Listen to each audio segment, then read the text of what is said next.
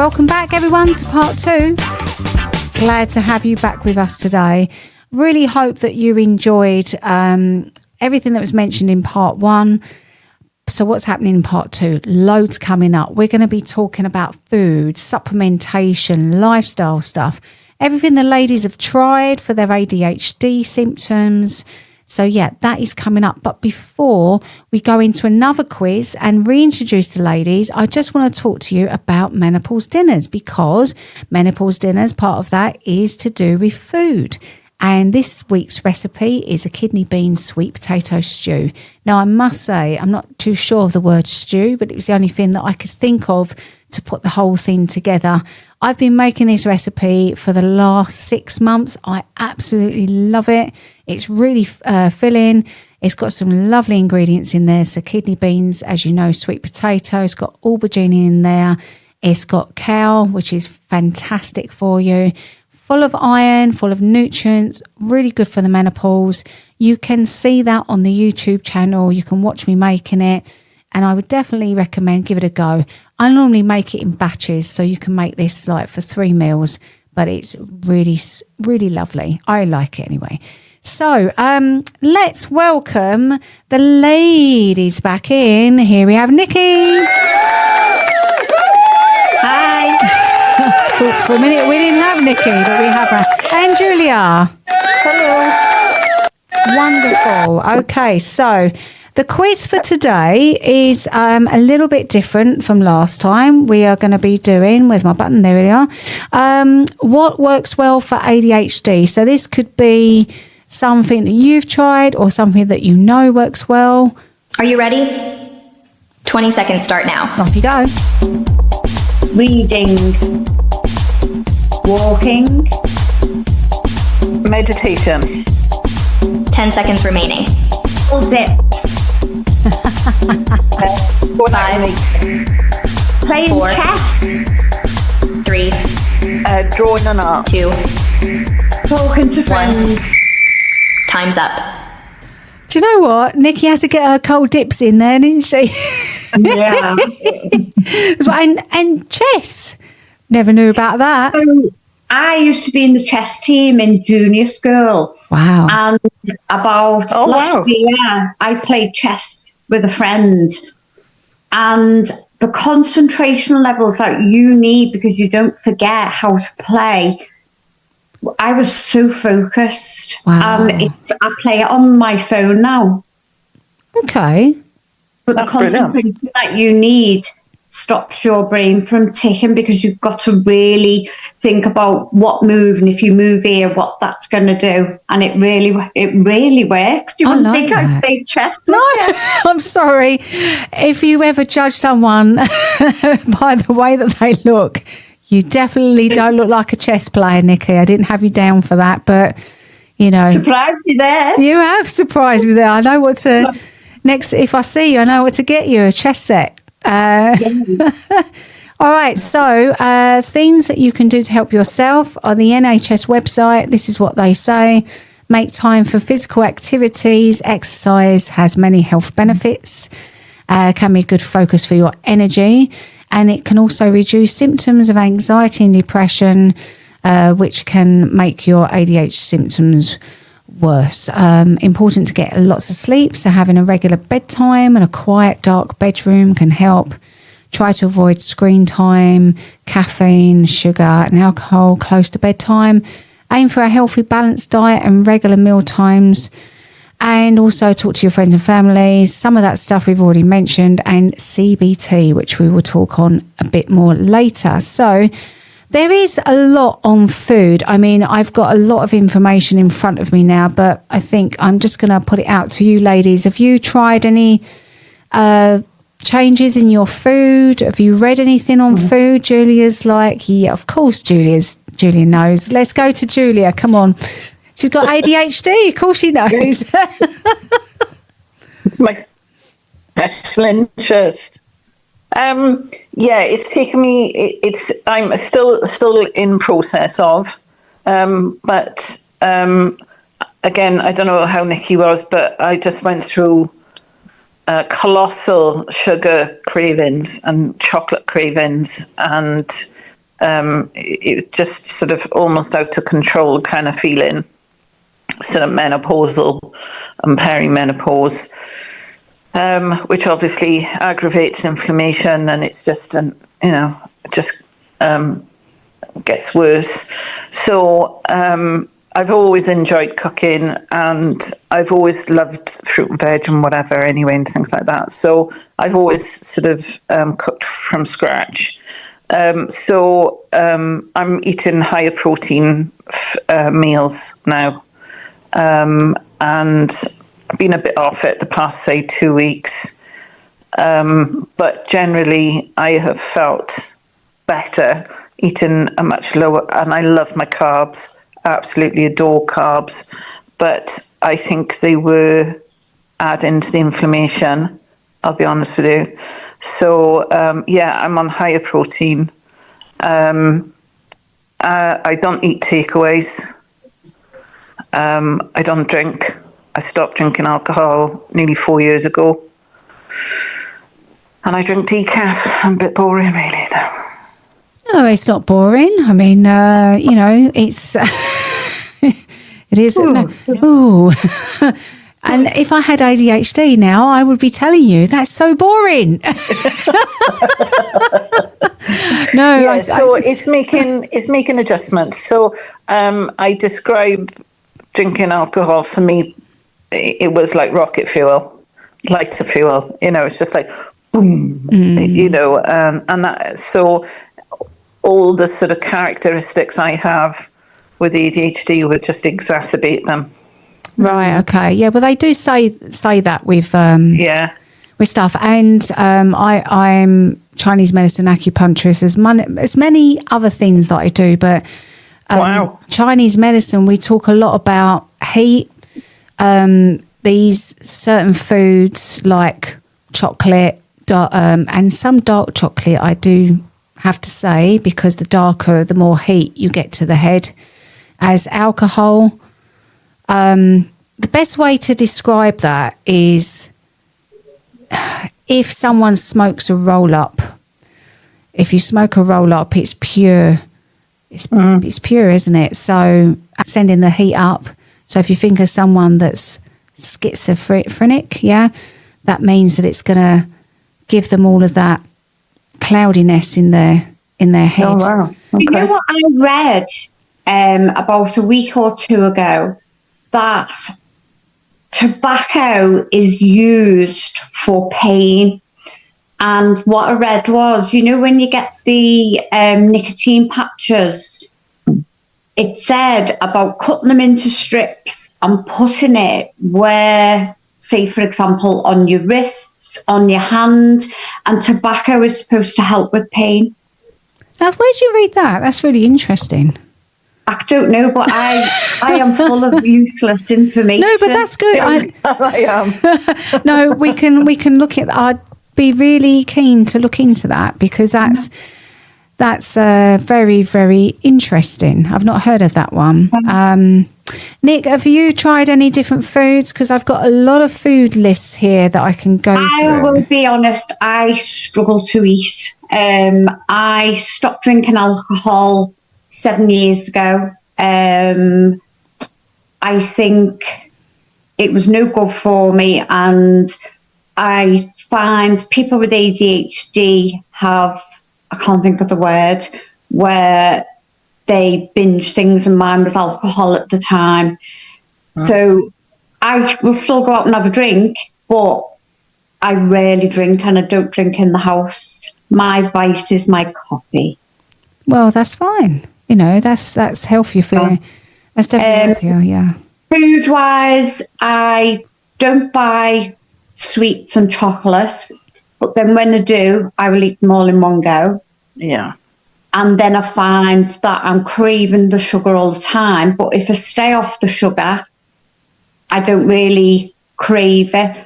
But I try to make myself high. Like in the morning, I've started having fresh beetroot, raspberries, and bananas. When your bananas go yuck when they've been in the bowl for a few days. Full fat stand that yogurt, smell. bit of orange juice. and then I make myself a smoothie. So it's full of nutrition and high whatever. That sounds lovely. I love beetroot, actually. That is such a nice food to have. It's very good for you. It's full of iron. Very good. And if you have it the first time, you will absolutely panic the next day because you'll think that you're dying because your poo will either be red or your wee will be red. And I had someone years ago. I had someone years ago that come to me, and it was quite funny actually. It was a guy, and it was like right at the very end of the treatment. He said to me, "I need to ask you a question." I said, "Go on." He said, "I've got I think I've got blood in my urine," and I was like, "Well, that's quite serious. That's an A&E job." And then I don't know. He looked quite well, and I said, I had this gut feeling. I said, "What have you been eating?" He went, and he told me he'd eaten beetroot. I said, "I think you're all right. I don't think your time's up just yet." So food, right? Here's a massive list for everyone. So dopamine boosting foods, okay? Tyrosine foods, which are things like chicken, turkey, eggs, fish, Greek yogurt. You want to stabilise blood sugars and support the brain. So going back to those other foods, so you've got cottage cheese, tofu, lentils, chickpeas, beans, nuts and seeds. They're the kind of things that you need to be adding into your life to help boost dopamine. We talked about blood sugars on last week's episode, so that's really vital for you to understand. So you want slow releasing carbs, lots of fibre, which you need in your menopause anyway because the transit slows down, so you need to increase your fibre intake. Slow carbs, so we don't want anything that's like too starchy, so like sweet potatoes is really great, or oats to slow down the blood sugar spikes. And then omega-3, which will support all your attention and your memory. You're looking at sardines, salmon, mackerel, walnuts. What I love about walnuts, and I've been saying this for a very long time, is that if you actually look at a walnut, it looks like a brain. So chia seeds, flax seeds. Chewy. What's that? Sorry? Very chewy. Yeah, but they're lovely. I love them. Flax seeds are brilliant, and they're really good for fibre as well. Okay, so blood sugar roller coasters. So you've got oats, quinoa, brown rice, whole grain bread, sweet potatoes. We mentioned beans and lentils, and also glucose steady. You want to keep as well. So all those sweety stuff. We talked again the blood sugars about making sure you pairing your food properly together. So if you do have sweet stuff, make sure you pair it with something like protein to stop your sugars from spiking. You can include spinach, kale, pumpkin seeds, cashews, kidney beans. There you go. Said about kidney beans earlier. Dark chocolate, 70% plus. And also we've got to help with the brain. We've got blueberries, raspberries, leafy greens, green tea. And last but not least, it's a lot, isn't it? Fat, slow digestion down and stabilise energy. So avocado, olive oil, nuts, seeds, tahini, and some nut butters. So there's quite a lot of stuff that you can do. So you've got to think about how you can balance your sugar levels to stop that emotional roller coaster, how you can help your brain function better. So diet is key for anything really, but there's a lot of foods. Was there anything on there that you two thought, oh, didn't know about that one? Or is it quite No, my breakfast is like Weetabix, yogurt, peanut butter, fruits, different fruits, and then flaxseed I put in actually, and then that lasts me hours, to be honest. That's lovely. I can't eat. I don't like eating first thing in the morning. Excuse me. So I'll take it into work and I'll eat it like throughout the morning. Bless you. In China, they say miss you. That's what my tutor told me years ago. Miss you. And Nikki, is there anything at all on there, if you can remember? That I like. No, that you think, oh, that's a new one. I've not heard of that. No, I think I've heard of most of those. Yeah, it's a good selection, I think, on there, really. So supplementation, you ladies taking anything? No. Okay, that's I have tried. So that's Nikki done. I don't even know whether I'm allowed to say it. But it's legal, the CBD oil. Oh, you said about that before. Now, what are you taking that for, though? So I take it, which I've not for a while, when I'm overwhelmed and I've been agitated, and I used to have just like a dropper of it, and it would calm me right down. But I've not needed it because I've been so good. Well, that's brilliant. But at least you know that you've got that as a backup. Yeah. Julia? I take vitamin D. I take quite a high strength because my vitamin D is I got quite low levels of that. And I take magnesium at night. What else was I taking? And then I usually take like a multivitamin and mineral as well. Okay. So there's actually, I just remembered. Yeah. So I got vitamin D and B12, but for the injections. Yeah. And I get those, and then me and my friend do each other, because you can also get them. You can also get like you can go and pay for them, but I won't pay for them. I'll buy the stuff, and then me and my friend do it because we're both trained. Yeah, I remember you saying that before. So you I was going to be really rude there, but I'm not going to say. Well, it makes a change. It's usually me. You prick each other. Oh.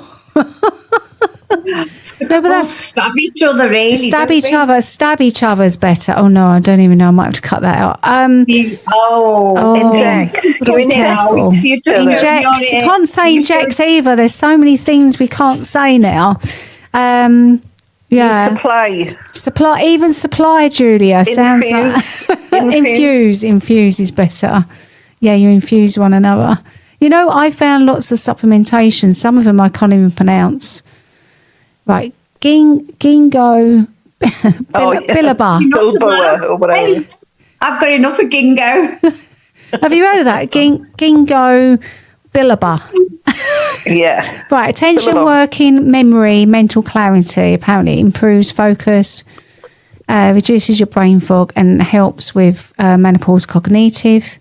Ginseng, I think we've all heard of that. Yeah. Again, same things, but helps reduce fatigue. Now, I love this one. I've been on this a long time. Ashwagandha. I knew you were going to say that. Did you really? Did you think she's going to say the ashwagandha train? I think ashwagandha is incredible. It's worked well for me. When do you take it? Because I bought about 10 supplements and they are still in the drawer. I think well, when I recommend supplementations to my patients, because I've done a lot of training in that previously, first of all, with anything like that, I say you take one at a time and make sure that you know that that's not interacting with your stomach or anything else. So don't go into your drawer, Nikki, tomorrow and take all of your tablets out. So just focus on like biotin and what Julia said that you take before you go to bed. But I'll be honest, I think once you've had a hysterectomy, the things that they say to use for menopause don't work because I haven't got me mix. No, they don't. I mean, so I take 2 different tablets for mood and to calm me down, and one of them's ashwagandha, and I take that lunchtime because for me, I'm fine in the morning. It's the afternoon that I kind of can get a little bit, which most women do by 3 o'clock because of your cortisol levels. They start dipping by 3. So ashwagandha works really well with your sympathetic, parasympathetic. It brings you right down, chills you out. So I have that. And before I go to bed, I have 5-HTP, which is it's amazing. Do you know what? I read a book a few years back about regulating your moods, and it was the first thing that I read on there, and I was like, I've not heard of that. And I researched it, and I started taking it, and I checked that I'm on levothyroxine, so I wanted to make sure it didn't interact with that. And I love it. In fact... So what is it? So it helps with your serotonin levels. It helps regulate the neurotransmitters. So ideally, there's a few ways that you take this, and you have to muck around with it for what you want. So first of all, I tried it in the morning. I tried it about 10 o'clock, and then I fell asleep literally by 1. I was like, I need to lie down and go to sleep now. And I did, and I slept. So I thought, right, well, that's no good. So then I take it with my evening meal.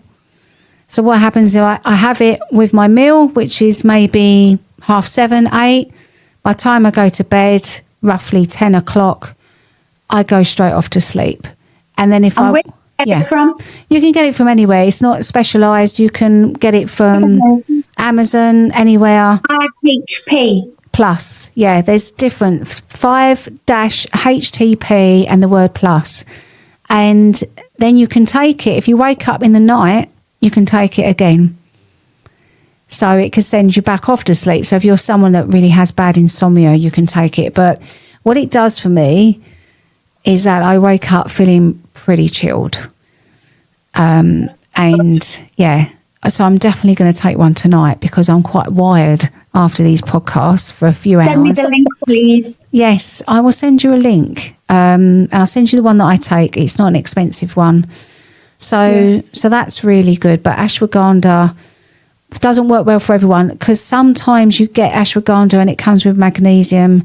And Julia, what you said about magnesium is, you know, it's such a great thing. But what a lot of people don't understand is that it can tamper with your digestive system. So if you're someone that has a runny poo, you have to be very mindful of your magnesium intake. And some ashwagandha supplementations also have magnesium in there as well.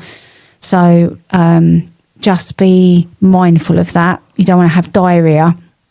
Put it like this. I use half the dose that was recommended. There you go. Oh. There you go.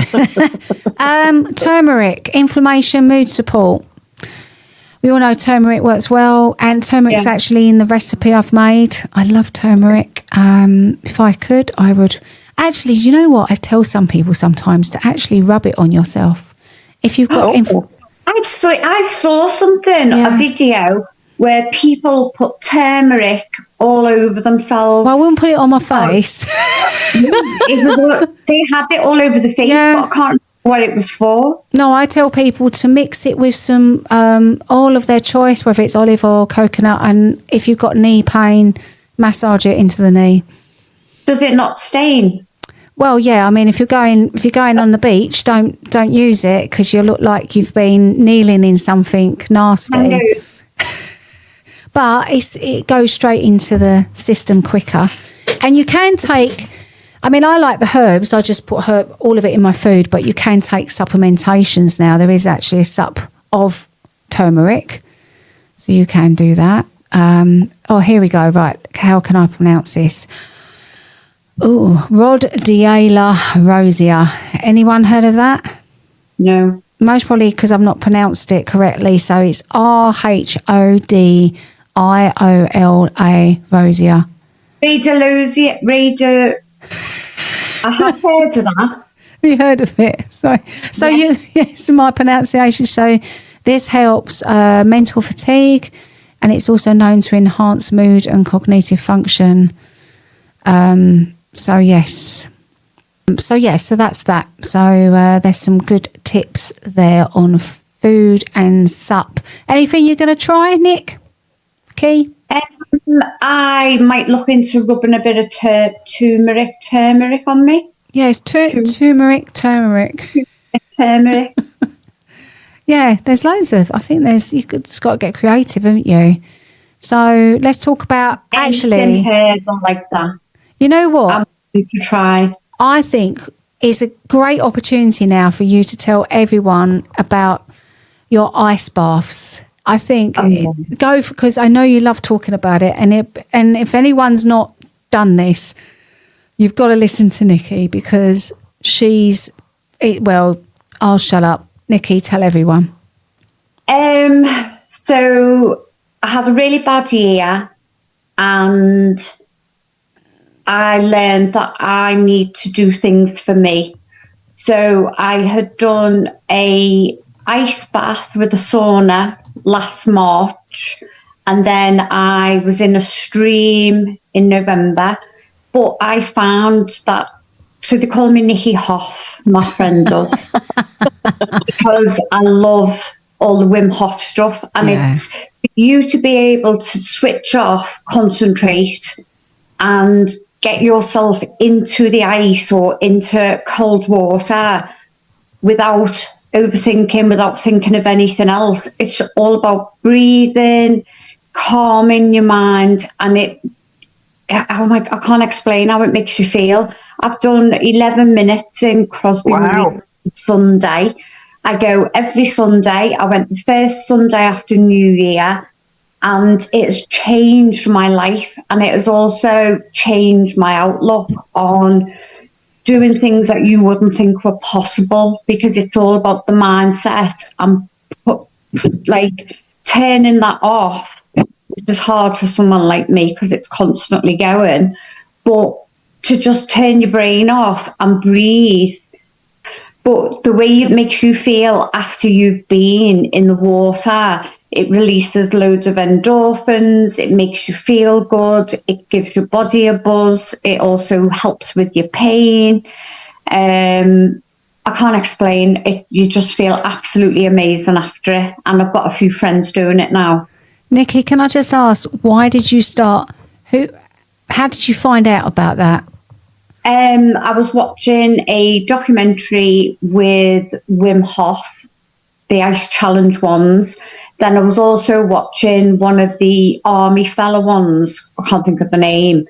And he would be given something to do, whether it was going into the water, going through all these tunnels, and he couldn't do it.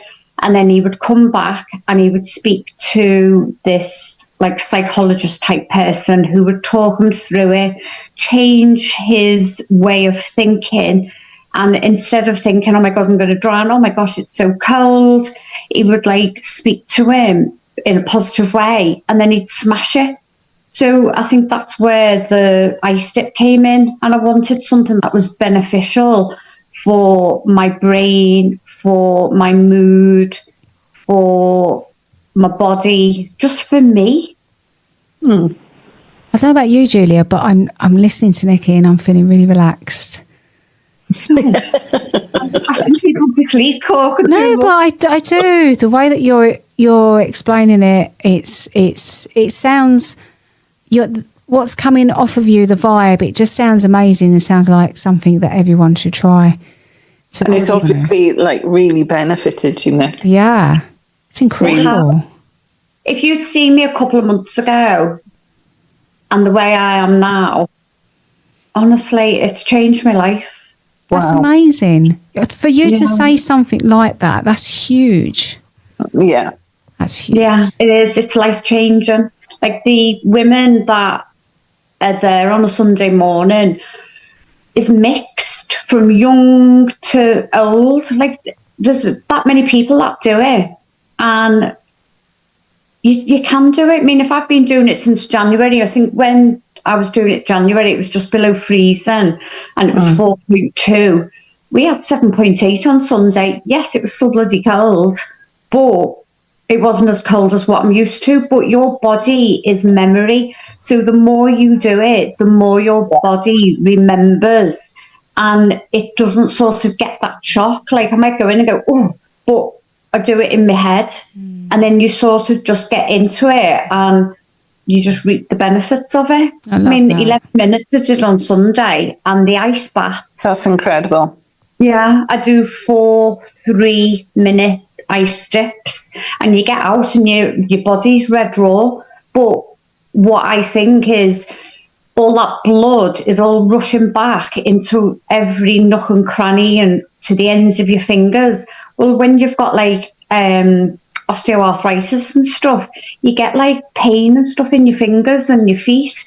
So it just makes your heart pump faster, and the blood goes into, as I said, like all the nooks and crannies and regenerates. I don't know whether it does regenerate, but that's just like a word. No, but that's how it feels, right? Yeah. And that's a good word to use. That's how it feels when it goes round. Yeah, no, it's great. That's brilliant. No, we've talked about ice baths before on the fibromyalgia, and I think it's incredible that you've got something like that. Julia, have you got something like that?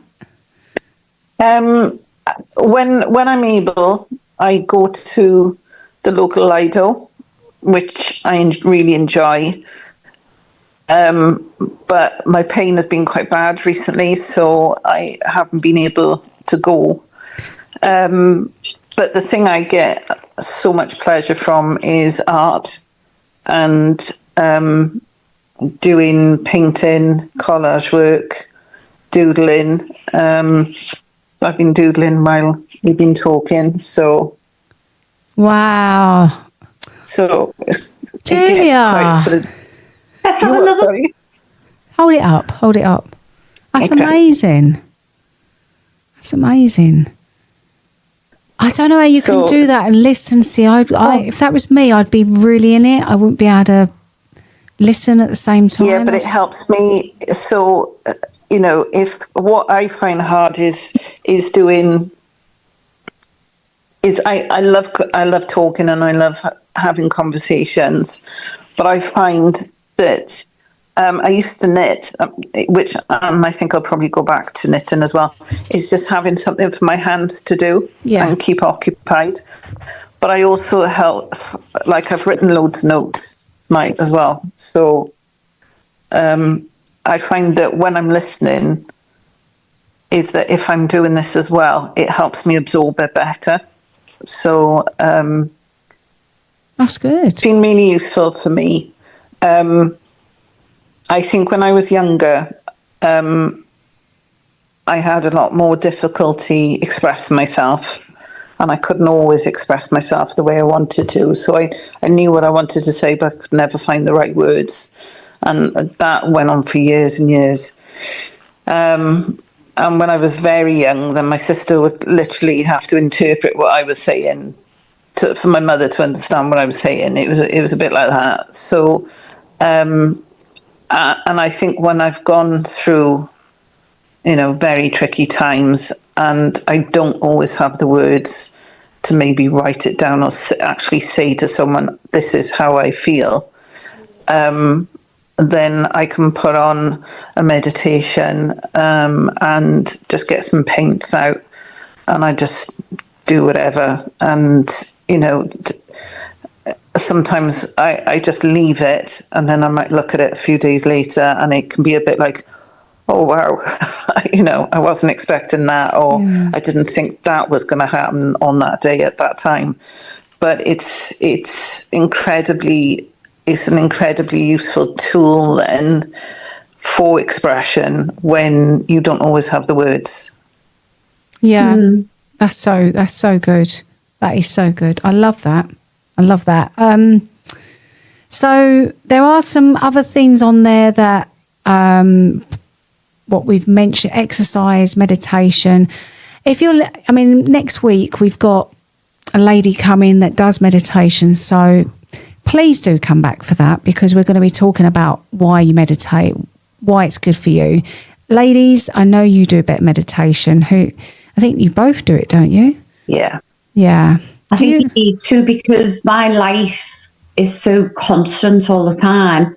Sometimes you have to take yourself away just to reevaluate and just have some calmness.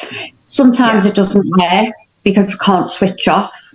But when it does, it's good. And do you use an app? Sorry, Nikki, sorry.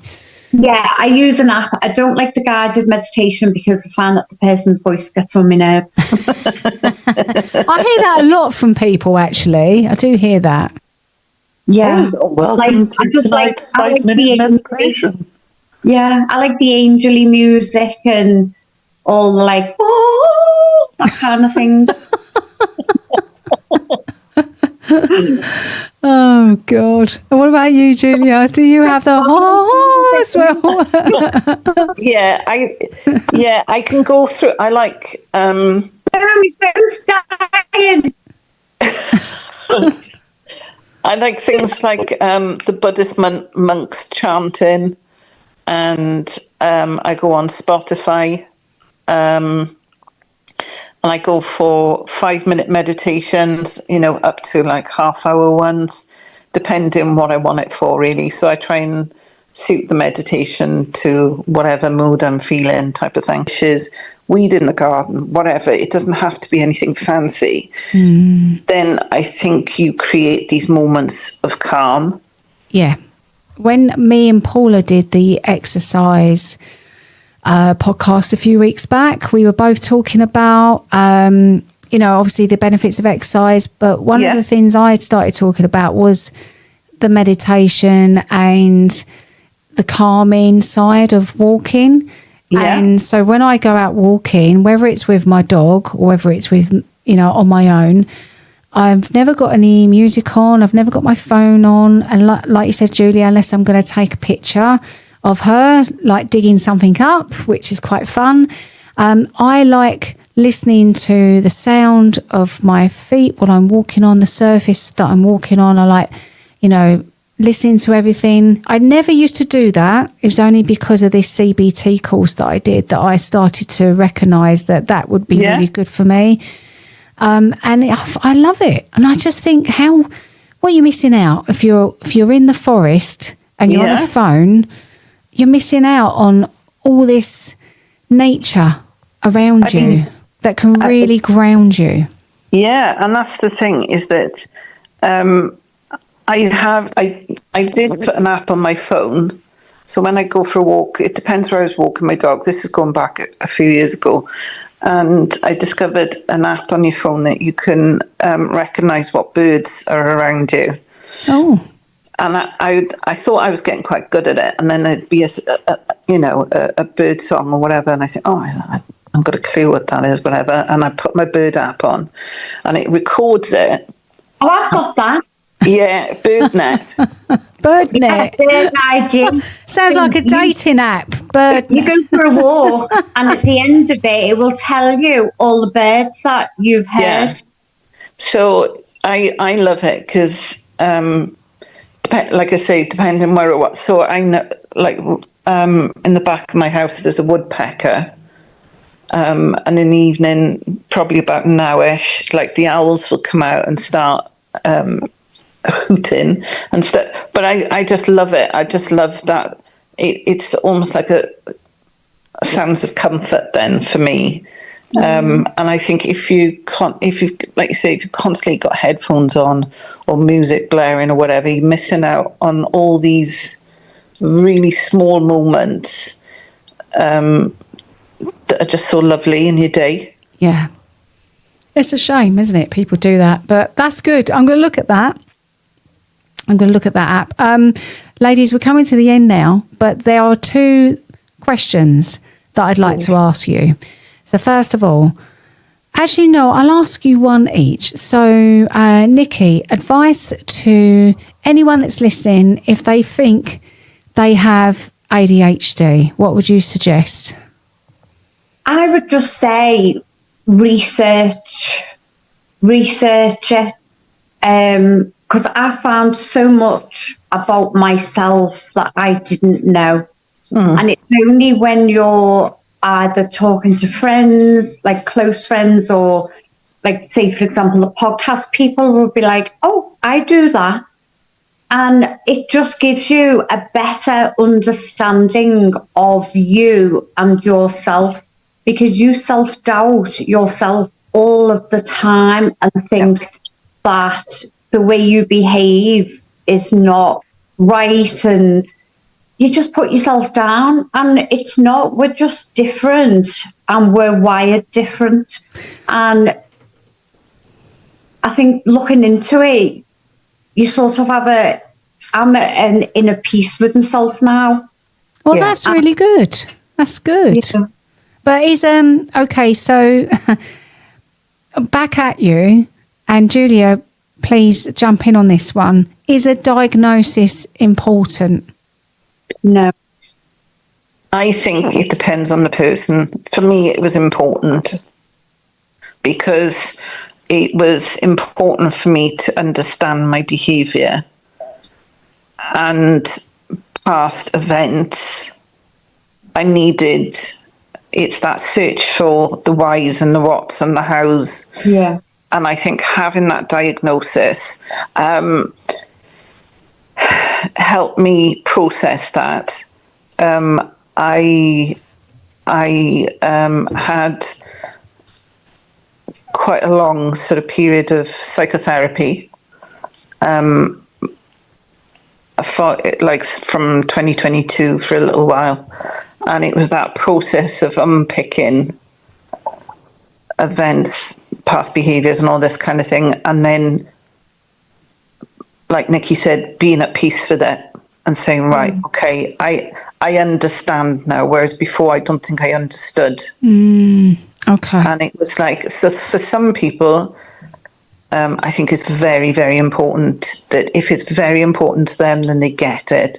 If they're suspicious of it, I think I may have this, but they're at peace with it, fine. So it's a very individual decision. And this thing of, everyone's got ADHD now, everyone's getting a diagnosis. I mean, I grew up in the 80s, you know, there was no one had any sort of neurodiverse behaviour, but then no one was being diagnosed either. And I think there's been millions of people that have gone on under the radar for so long, and I think it's this understanding of self is so important. For me it was vitally important, and I'm not saying that I've got all the answers now, but I've got far more than I did before. Okay, thank you, Julia. Thank you. And Nikki, you think it's... I don't know. It's mixed, because I got my diagnosis to protect me and work, because I was worried that I was going to get into trouble for the way I am, when really, I mean, it's classed as a disability, but it wasn't to get that like disability status. I think it was to protect me from the way I am, by getting myself into trouble by saying too much or just being naughty. Naughty Nikki. Naughty Nikki. Naughty Nikki Hoff. Yeah. Well, Naughty Nikki Hoff and Julia, I've got one more question to ask you. Okay, both jump in on this. Advice to partners on how to cope with their loved one, whether they're living with them, whether they know someone or a friend. Be patient. Be patient. Yeah, be patient. Be patient and be gentle. Yeah. Because we have that many different emotions, and it's all, I mean, I've sort of learning to how to live with it now and how to change. But I think for other people, you just need patience and to listen, because I struggle to listen myself. The other thing is as well, I think it's that thing of, oh God, I've forgotten. Patience. Patience is huge. And also not to criticise. Yeah, because criticism really puts you on a spiral. Because once you've got a lot of criticism, even gently directed at you, then there's a strong possibility you're just going to shut down. Yeah, I do that. So, and there's no one that's going to be a bigger critic than yourself. When you've got it, unfortunately, you are your biggest critic. So to have someone else say stuff on top of that, so it's be gentle, be kind, be patient, and just listen. Yeah. I think that's a brilliant way to end part 2. Ladies, thank you so much. Have you had fun? You're welcome. Yes. It's been so good to have you both back again. It's like the little dream team. So I want to thank Nikki. She's gone. And Julia. You're welcome. Thank you. Thank you so much for being here. I really hope everyone at home has learned something today, even if you're not, even if you haven't got ADHD and you know someone that has, maybe it's a way of you understanding them a bit more. So if you'd like to be on this podcast, Nikki, you're up. What do people need to do? So to get in touch via any of the platforms that you're listening to or you're watching, or you can email at menopausedinners@gmail.com. Perfect. Couldn't have done it better myself. Thank you so much, Nikki.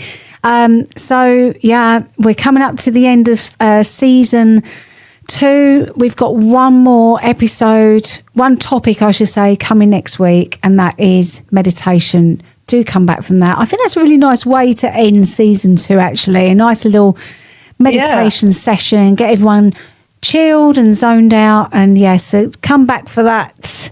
It'll be fabulous. Okay, so don't forget to like, rate or subscribe to any of the platforms you're listening on. Did you know you can now send us a text via the podcast? How incredible is that? And also a voicemail. So why not let us know how we're doing? Even on the socials, just get in touch.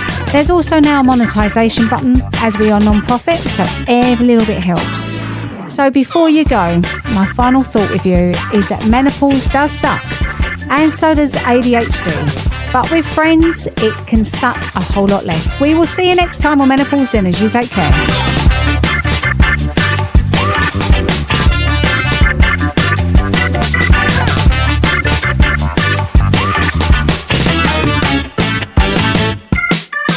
Menopause Dinners is sponsored by Fitness Therapy for You. Any supplementation or medications we've discussed is from our own experiences. If you do have a medical condition, please seek professional advice before trying anything that's been mentioned today.